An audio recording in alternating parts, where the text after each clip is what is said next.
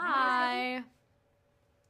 To start with a movie like this where so much of, their time is spent not only in the showgirl outfits, but kind of in that dressing room. How did being there and being in the costumes really help you guys understand who these women were and how they all kind of differed from one another? Yeah, well, it was really amazing because we were in an actual dressing room in the bowels of the Rio Las Vegas that we had to get out of by 4 p.m. every day because real performers were about to come in. So there was a very real feeling to the space, and the costumes were actual archival Pete Memphi and Bob Mackie costumes. So everything was real. Yeah. We were 5'3", which was not very Not real very for real. showgirls. But really, like, so much of it felt very there wasn't, there wasn't much pretend going on at the end of the day, and that's what was so helpful because we're just kind of in there, and there was just a real sort of energy that was pretty palpable. Yeah, and I think it was like really fascinating because we were, living at the Rio, working there, walking to set every day and sort of seeing the employees and the same kind of groups of people that come in daily or weekly. It was just so fascinating to me because we've talked about this. Vegas for people is a night, 2 nights, a weekend. And people forget that Vegas is more than just the strip. This is a city. People have to get groceries. People have to live their lives. Kids go to school in Vegas.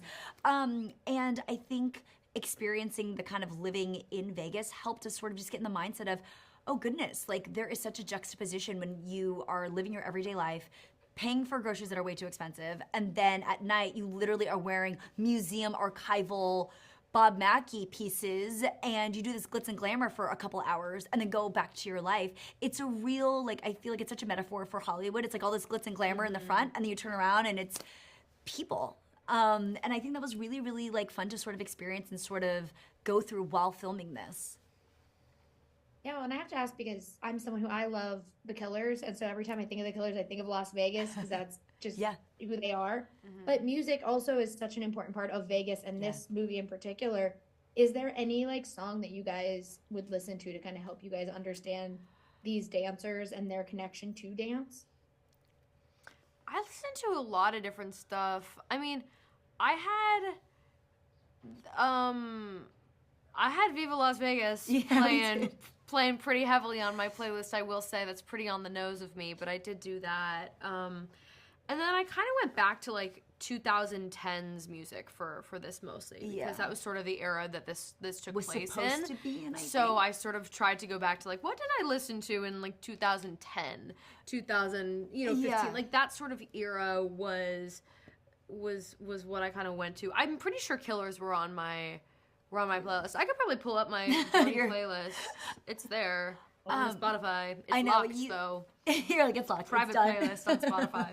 It was funny because I didn't really have any we were listening to. Mac was playing a lot of Frank Sinatra when I would come back to the hotel room every night and just kind of give this kind of old Vegas, old Hollywood kind of feel. And it was really funny because we were at the Rio and he'd be playing this music and I was like, honey, this feels really strange with our Bath and Body candle burning. You gotta do what you gotta do.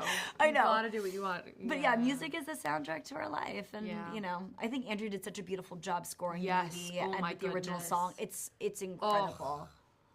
The Miley song. I still need to hear the full song. I haven't heard it yet. I know. I'm dying. Me too. It is very good. I agree. I love this movie very, very much. And thank you guys for talking with me today. I really appreciate it. Thank you.